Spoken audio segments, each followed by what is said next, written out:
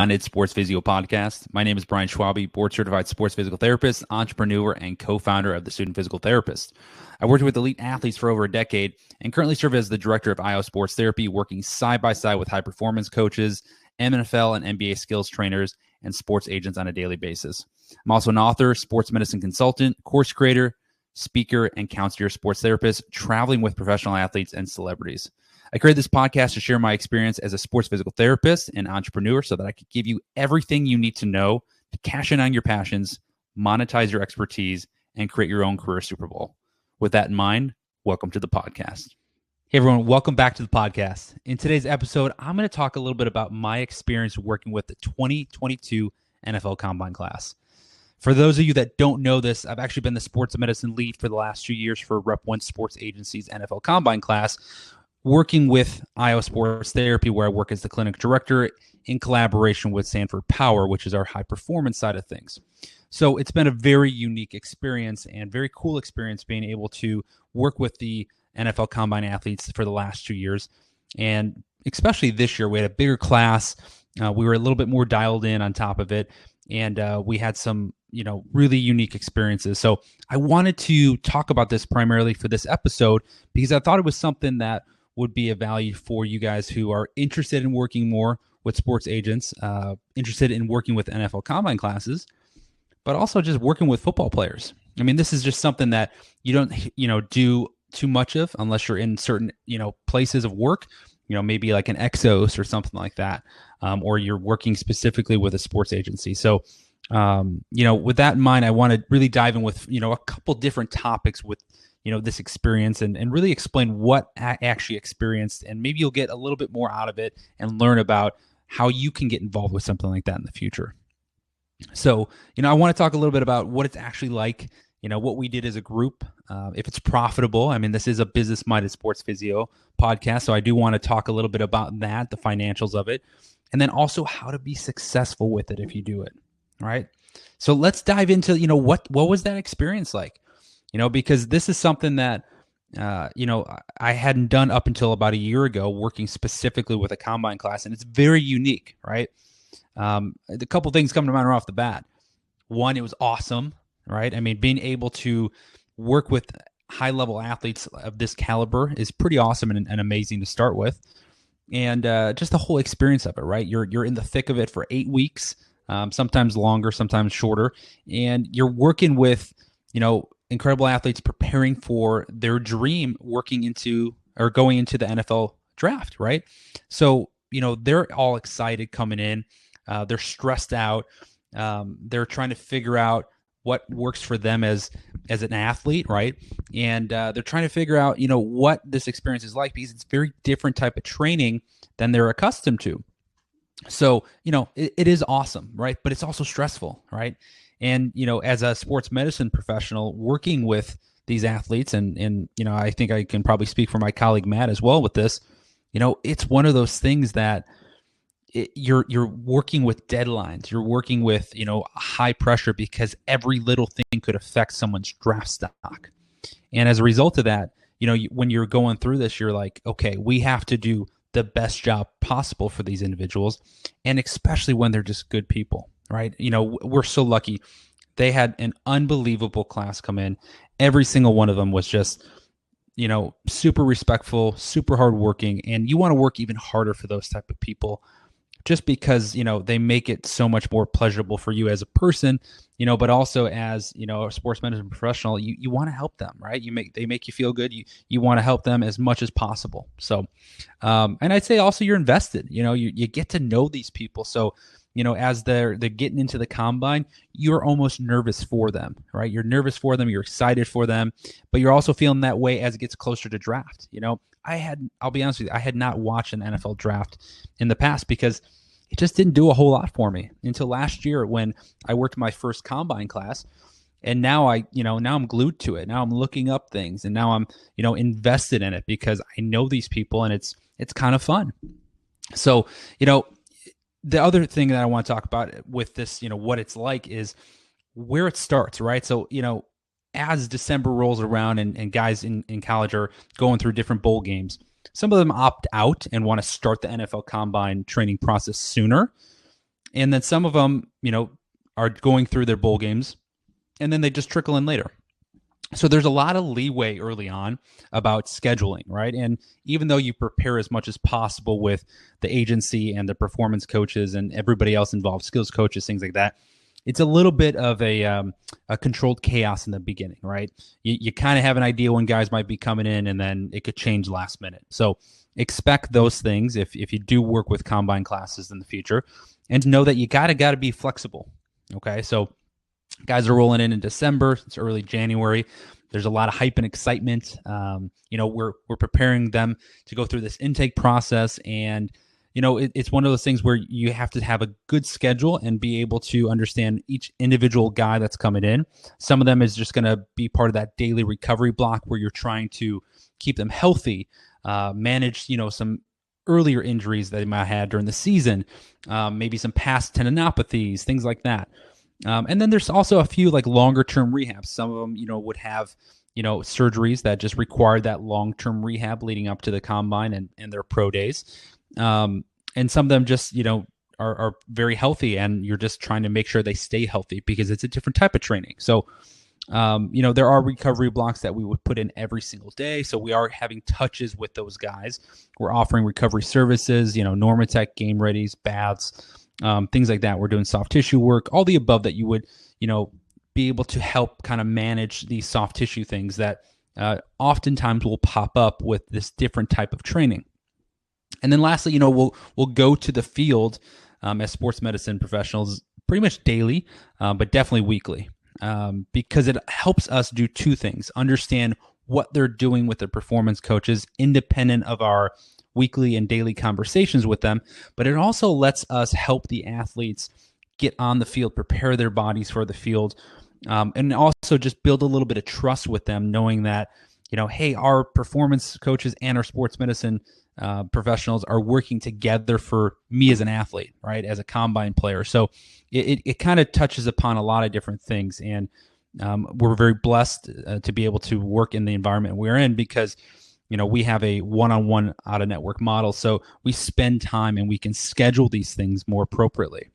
We don't have to, worry about volume other than, again, the combine players, but, we're able to schedule things ahead of time and really keep it very manageable between myself and my colleague, Matt. So that's really what it's like. And that's the cool part, right? You get to experience all these unique things. You get to work in the trenches with the performance coaches, see the numbers, and, be able to, collaborate back and forth. Guys coming in that are having, longer term rehabs and might not be able to participate in some of the running drills. You're being able to really, sit down and be like, okay, the next 8 weeks, how do we get this guy to be able to do all the drills they have to do at the combine, right? Or be able to do most of the drills, or whatever it may be based on their draft stock or what would be best for them based on their injury. All those things get to be taken into account. So everything you've wanted to do as a sports physical therapist, you kind of get to do, which for me is the most fun part about it. And then, next thing is what we did, right? So that's what it's like, but what did we actually do with these guys, right? So what we did is day one, they'd come in and we would take a pretty extensive intake, right? Injury history, expectations, movement screen that we created as a group with a weighted system, handheld dynamometry testing, and then, force plate testing with the performance coaches, and, other types of performance testing, bench press, things like that. Some of the guys would be getting, blood panels so they could just lock in their nutrition and have some very, very detailed nutritional recommendations because each one of them has to be able to, maintain a certain weight or increase their weight depending on where they're at. But also their body fat percentage, right? Like they're going to have those things tested. Every single thing you can think about is tested at the combine. And for the most part, they're at the hospital for a very long period of time at the combine, getting pretty much a lot of things MRI. So if they had an injury that was in the past that was documented, they're probably getting an MRI. It's a very grueling process by the time they actually get to the combine. So again, these are all things we're preparing the athletes' expectations for early on. And also just, getting to know them, right? Understanding what makes them tick, what they need from us, knowing that, they have certain things that have worked with them worked for them in the past, and we want to meet those expectations as well. So there's a lot of going back and forth with that, which is a very important part of that process on day one, week one. And then from there, each week we're basically, collaborating with the performance coaches. And the great part about that is we as a group decided we're going to make a stoplight system. Now, that is something we did as a group at Iowa Sports Therapy. We made a very unique, individualized stoplight system to be able to give data to the performance coaches every single week on what we recommended for weight room intensities, where they're at with certain, field drills, running drills, things like that. And I go into detail on this on our Insider Access page just to kind of go through the full system of that because I felt it was very, very helpful.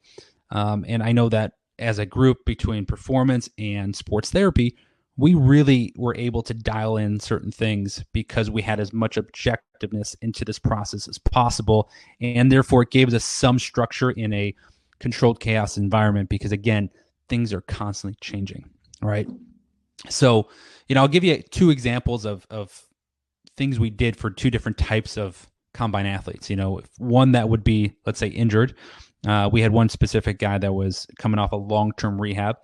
And, for him, we needed to be as objective every week as possible to give those performance coaches as much info as possible so they knew when they could start to advance him and, give them what he can't do, what he can do, where we would expect him in a week. Other contextual information such as, this particular individual is, he's going to be 4 weeks past this injury. This skills coach is going to be in that week. So he's going to be ramping up some skill work. So we're going to back off the rehab work. This is what we expect him to do with the skills coaches. This is what we've communicated. What's your input? Maybe do you want to back off certain things or maybe you want to ramp up certain things? All those things play a role. And there's a lot of contextual factors. And, these guys midway through had their Senior Bowl week, right? So a good chunk of them this year went to Senior Bowl. And unfortunately, the timing at Senior Bowl was just not good this year. It was a little later than last year. And Senior Bowl week is very stressful because what happens is they go from combine training for a couple weeks, which again, it's just not like your typical football training. You're preparing your body differently. And then you go into Senior Bowl week, which is competing against the best guys in college football, and coaches, scouts, all the above are there. And then you have a game at the end of the week. But the practices every day are just grueling. And and that's where there's a disconnect. And that's where guys start to feel these soft tissue injuries or something pops up. And, those are contextual factors that we have to be able to communicate with players, performance coaches, agents, our own staff as a therapy group. Because what happens is, they're going to come off Senior Bowl and a lot of them were banged up. So we had to readjust all of the performance training and combine training around getting those guys healthy and back to feeling fresh enough to do things, but also keeping in mind that we only got 3 weeks until the combine now. So there's some things that you have to kind of take into account from the beginning, the middle, and so on and so forth. Another example I can give you is a guy that might be healthy, right? So we had quite a few that were healthy coming in, but maybe they had a history of like tendinopathy in their knee. So in those cases, what we would do is, like I said, we would use a stoplight system. We'd make our performance coaches aware of that, but we would also do some preventative type work in the best way we could, right? Using test, retest, having frequent check-ins, frequent touches with that particular athlete that maybe had that, making sure it wasn't getting, reactive again. And if it was, trying to catch it early, being proactive about it instead of just reactive to it. And again, that takes a lot of time to be able to do that, to be able to catch up on things. So myself and my colleague would kind of split the group and make sure that we had our guys that we were kind of, more in charge of to be able to make it more doable, but then also come together as a group and say, okay, what's going on with this person? What's going on with that person? And then always make sure on a daily and weekly basis, we'd at least intermix the two groups. So we would really be as on as possible with every single person. So those are just a couple examples of kind of what we did. And lastly, we got to go to the combine at the end of this, which was the coolest part, right? So I sent my colleague Matt this year to go to the combine with two performance coaches. leading up to it, they weren't going to allow anybody. They were going to have a bubble for it, which was, a huge issue for a lot of the agencies. And, they all threatened to pull their guys because there's a lot that goes into that final week of preparing the athletes for all those performance testings.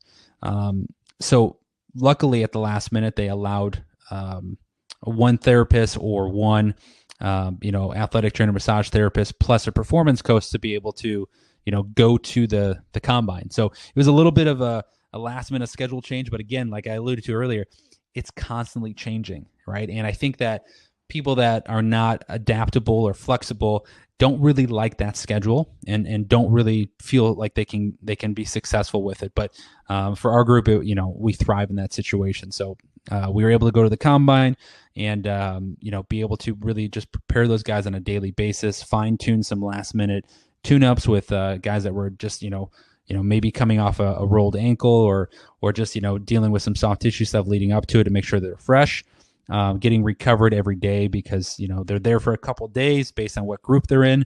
They're doing, medical testings for, like I said, long periods of time, interviews, and then they have their performance testing all in one day, which is extremely taxing on the nervous system. And, a lot of scheduling and thought process goes into, figuring out how do you, make sure that these guys stay as fresh as possible. So, those are the things that we got to do as a group. And I think that's also what made it very fun, stressful, again, invested, like I said earlier. But like I said, overall, very good experience. And the guys did unbelievable this year. So we're very, very, very fortunate. Now, is it profitable? All right. So again, we want to talk a little bit on this podcast about financials, how to make more money as a sports PT, things like that. There's a couple things I want to bring up with that.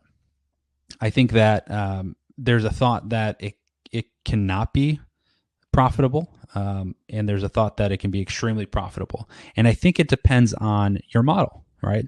Our particular model is well equipped for something like this because understanding what the expectations are for the sports agency, what they expect they will get out of this with what you have to offer as a proposal is really the most important thing. So, but also remember that in addition to just, let's say, what you negotiate with the particular sports agency, which for us was screenings, recovery, hours and things like that. Those are all guaranteed income, right? That has been negotiated up front. But guys also get injured in the in the combine training. So that can be a secondary source of revenue. And not that you ever want that, but it's just realistically, that's what happens. And those things have to be taken care of. So there are options for things past just what's initially negotiated with that understanding ahead of time. So it can be very profitable from that perspective if you do it right and you have the right communication with everybody involved so that everyone knows what's going on. But also think of it this way.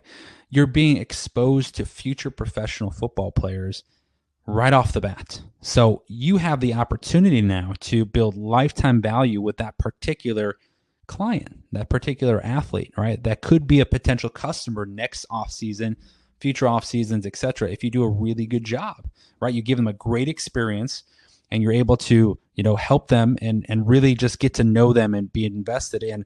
More importantly, they're only used to what they get in college. So unfortunately, a lot of these guys have had horrible experiences in, their college athletic training rooms because there's so many guys, right? So, now they're having, attention to them. They're having, some really solid education because we're as a group very involved with that.